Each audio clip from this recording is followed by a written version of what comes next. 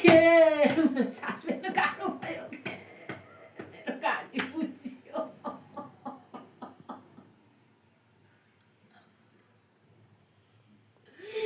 आयो कि म के गरौँ के मेरो घाँटी बुझ्यो के मलाई सासुले त गाह्रो भयो के आयो के मेरो होस पनि गुमिसक्यो के मेरो साथमा कोही छैन के मलाई बचाओ आयो के मलाई बचाऊ के मलाई मारिदिए मलाई बचाऊ के बुवा हजुरलाई कसले मार्नु बुवा आयो छोरी कसले मार्नु बुवा हजुरलाई आयो बाबु मलाई दुश्मनले मारिदिए के बाबु मेरो घाँटी बुझ्दिए के बाबु मेरो टाउको मानेर मेरो टाउको नसाभरि सबै चुटाल्दिए बाबु मेरो होसै छैन म अन्न दण्डमा छु बाबु बुवा हजुरले खाइदिएको त्यसले मारे म बस्ने ठाउँ अँधेर छ बाबु मेरो सब लैगे बाबु मेरो पकेटमा केही छैन बाबु मेरो पैसा सब लैगे बाबु मलाई मारिदिए बाबु मेरो धन दिए मलाई मारिदिए बाबु बुवा हजुरलाई मार्न कतिजना थियो बुवा हजुरलाई मार्न कतिजना थियो मलाई भन्छु बुवा कतिजनाले मारे हजुरलाई आयो छोरी आयो बाबु मलाई मारेर लिएर टङ्गाइदिए हजुरले के खाइदिइसकेको छ बुवा त्यसरी मारेर लगेर टङ्गा मिलभित्र थियो छुट्टै बासो बाहिर थियो बुवा मिलभित्र बासो कसले लगाएको बुवा आयो बाबुहरूले जना बनाया बाबु मेरो होसै छैन हान्ने को बुवा हजुरलाई केटा मान्छे केटी मान्छे बुवा सुरुमा हान्ने मेरो होस छैन बाबु मेरो आँखा बुझ्दियो मेरो घाँटी बुझ्दियो मेरो आँखा बुझ्दियो बाबु मलाई चिन्छ भनेर मैले मेरो आँखा बुझ्दियो बाबु मेरो टाउको मान्यो बाबु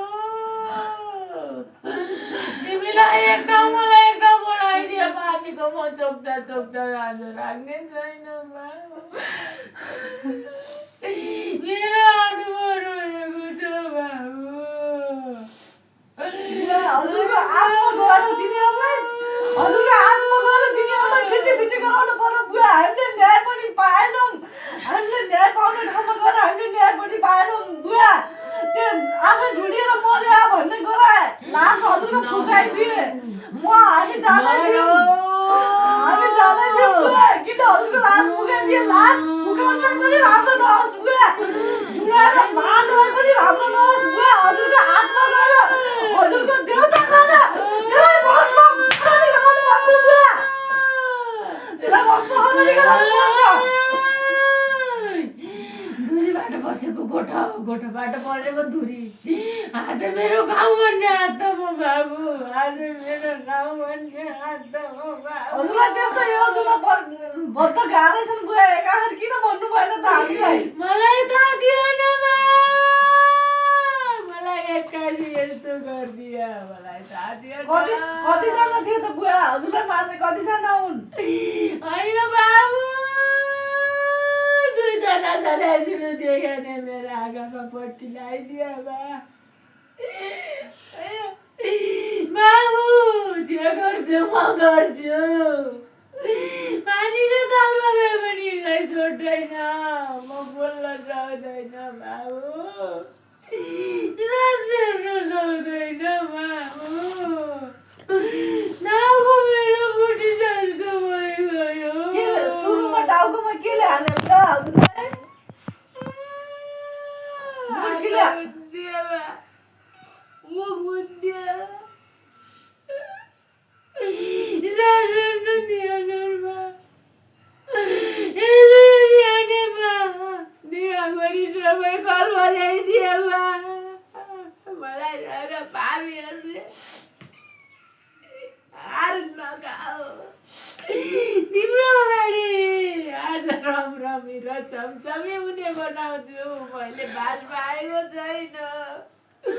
अये बा कपाल दुख्यो मेरो।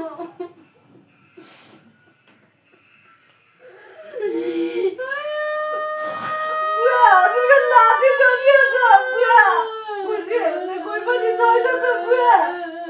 आज दुश्मनले किन यस्तो गरिदियो बुवा।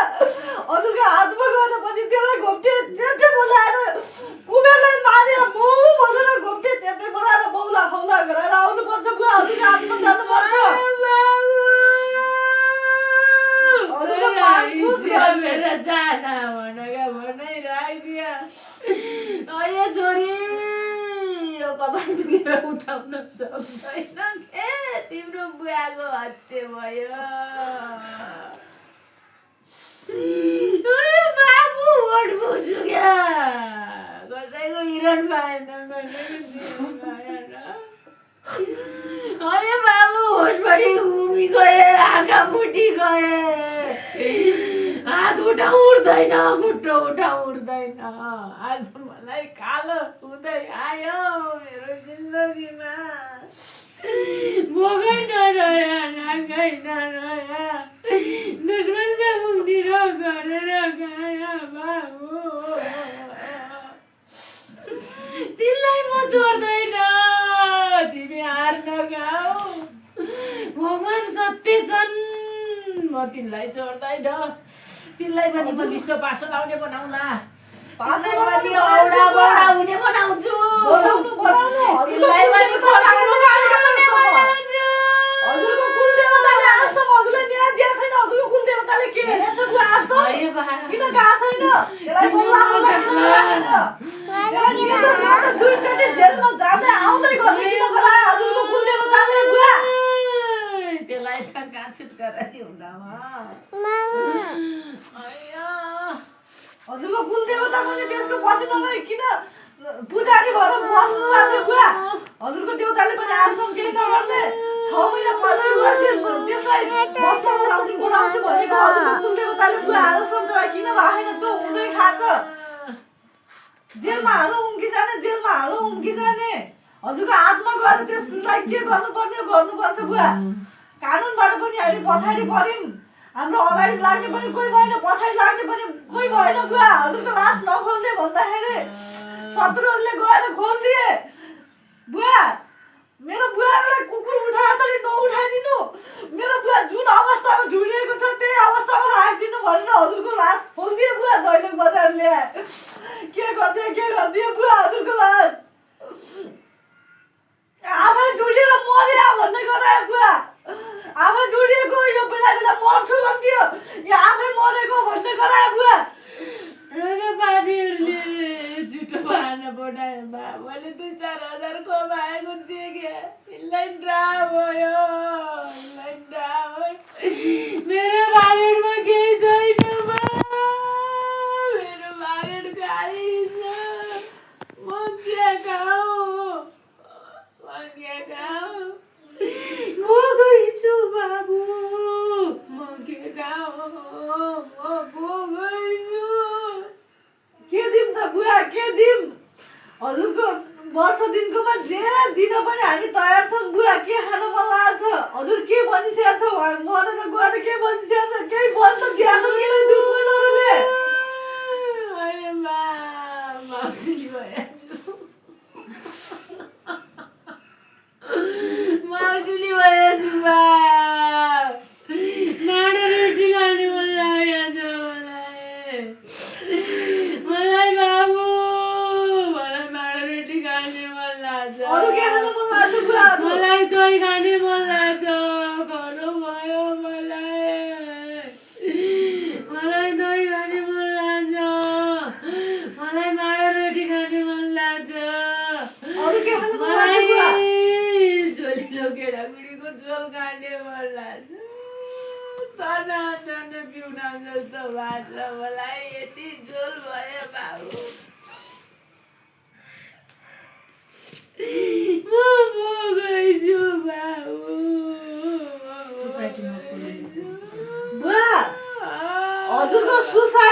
दाहिने देब्रे छातीमा त्यो सुसाइड नोट कसले लेखेको? हजुरले लेख्नु भएको हो कि अरूले लेखेर हालिदियो?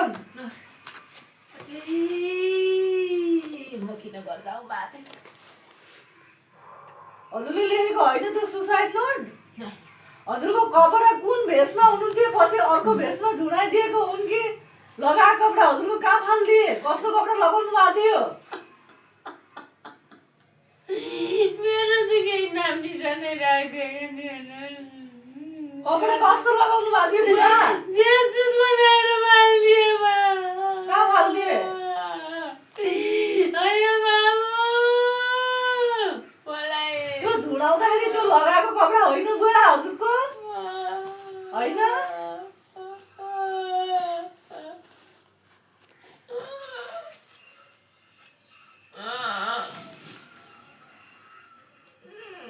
अनि तिनीहरूले हान्दाखेरि हजुरले केही बोल्न सकेछैन त बुवा? मुख थुनिदिए? आँखा पनि बन्द गरिदिए, मुख थुनिदिए? अनि कोही त्यो अगाडि त्यो दुश्मन त्यो बेला कोही मान्छे खेलेको थियो कि नि त बुवा? अगाडि 2 जना थिए?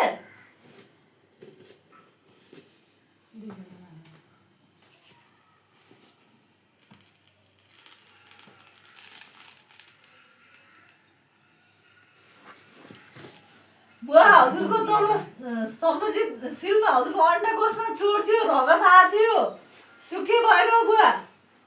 हाने? केले हानेको? लात्ताले हाने?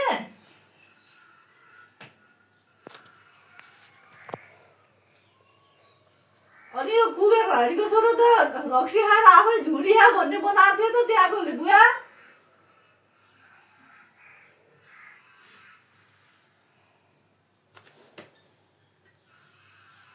सबै बुद्धिजीवी सब गएको थिए बुवा हजुरलाई हेर्न, झुडिएको लास हेर्न सबै गएको थिए। तर यसले मर्छु मर्छु भन्थे, आफै मर्यो भन्ने गरायो बुवा। हामीलाई त्यो हजुर झुडिएको ठाउँमा पुग्न दिएन बुवा। हामी यहाँबाट जाँदा तैँले ल्याइसकेको थियौँ बुवा हजुरलाई। मेरो बुवा यसरी झुडिने होइन। मेरो बुवाको लास कुकुर उठाएको नि नउठाइदियो, हामीले आउन दियो भन्दाखेरि हामीले एक वचन नभएर बुवा हजुरलाई उठाएर ल्याइदिएको थियो। हामीले केही गर्न सकेनौँ बुवा हजुरको लागि, केही गर्न सकेनौँ। हजुरको हातमा गएर पनि तिनीहरूलाई पोल्नु पर्यो बुवा। हजुरलाई जसरी मारेको थियो त्यसरी मरेको रहेछ बुवा हजुरको हातमा गएर, हजुरको कुलदेवता गएर। हाम्रो अहिले केही पनि लाग्दैन। हामी न्यायमा गयौँ, न्याय पाएनौँ बुवा। कानुनमा गयौँ, कानुन पाएनौँ। हामीलाई अगाडि पछि लाग्ने कोही भएन बुवा, पछि पनि लाग्ने कोही भएन बुवा। बुवा हजुरको लागि म रातभरि रोएको हुन्छु बुवा। म घर हाल्दै थिएँ बुवा। बाबु तेरो घरमा मम्मी आउला कि म आउला भन्नुभएको थियो बुवा। मेरो घर अहिले अन्धकार छ बुवा।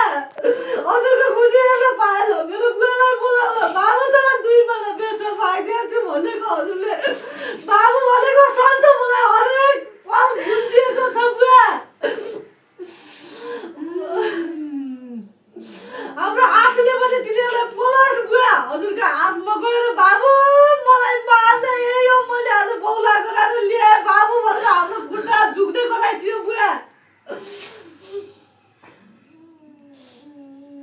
यता गयो कानुनतिर पैसा गाली गर्नु लागेको छ बुवा, उता गयो पैसा गाली गर्नु लागेको छ। तेरो लागि मर्छु भनेर अगाडि बोलिदिने मान्छे हाम्रो लागि कोही छैन बुवा। हिजो दुनियाँ संसारलाई लागेको छु बाबु भनेर भन्नुहुन्थ्यो, खोइ त आज को बोले त हजुरको लागि? कोही त बोलेन नि त बुवा।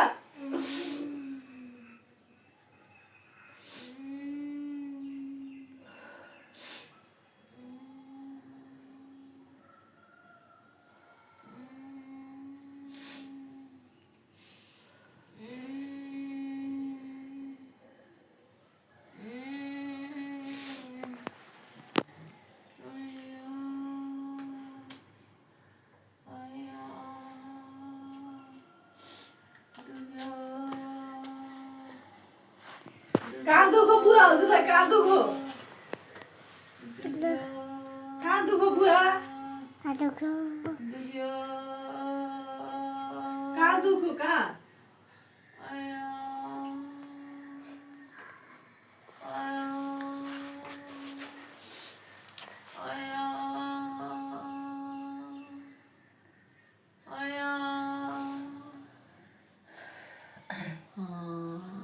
देउता बत्ती बालेर बस्ने मान्छे हो त बुवा हजुरको कुलदेवताले पनि हेरेन आजसम्म वर्ष दिन भइसक्नु लाग्यो किन अगाडि लागेको छैन हजुरको कुलदेवता हजुरको हातमा किन आएको छैन बुवा त्यसरी मारिदिएछन् हजुरलाई त्यसरी झुडाएर मारिदिएछन् बुवा हजुरको हातमा गएर पनि त्यसलाई त्यसको घाँटी थिच्नु पर्यो बुवा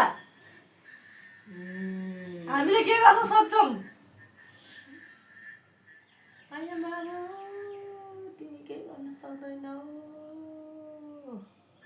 मलाई सास फेर्न दिएनन् मलाई केही अर्थी लाउन दिएनन् मेरो सास आउँदैन अहिले मुटुमा गाँठो पर्छ बाबु म केही भन्न सक्दैन म कसो गरौँ मलाई सासमा बास बनाइदियो बाबु घुसबिस खुवायो केस मिलायो आइगयो बाबु बुवा त्यो केस मिलाउनलाई पनि राम्रो नहोस् बुवा त्यसको पनि वंशनाश होस् मरेको भन्ने बनाइदिया कागज च्याते आइगयो बाबु म रोएको रोइछु म शान्ति दिन्न तिनलाई म सास फेर्न मलाई गाह्रो भएको छ तिनको घाँटी बुझ्नेछु म बुझ्नु पर्यो बुवा बुझ्नु पर्यो अय बाबु अय जान्छु बा मलाई कठिन भयो म जान्छु बाबु हुन्छ बुवा हुन्छ हजुरको वैकुण्ठको बास होस् बुवा हजुरको स्वर्गलोक बास होस् बुवा यो जुनीमा नभए पनि अर्को जुनीमा हजुरको कोखमा बास लिन पाऊ बुवा माथि स्वर्गबाट भए पनि हामी 6 महिनालाई आशीर्वाद दिनु बुवा सधैँभरि बाबु भनेर शब्द निकालेर हामीले बोल्नु बुवा हामीले के गर्नुपर्छ त्यो गर्न हामी तयार छौँ बुवा अरे बाबु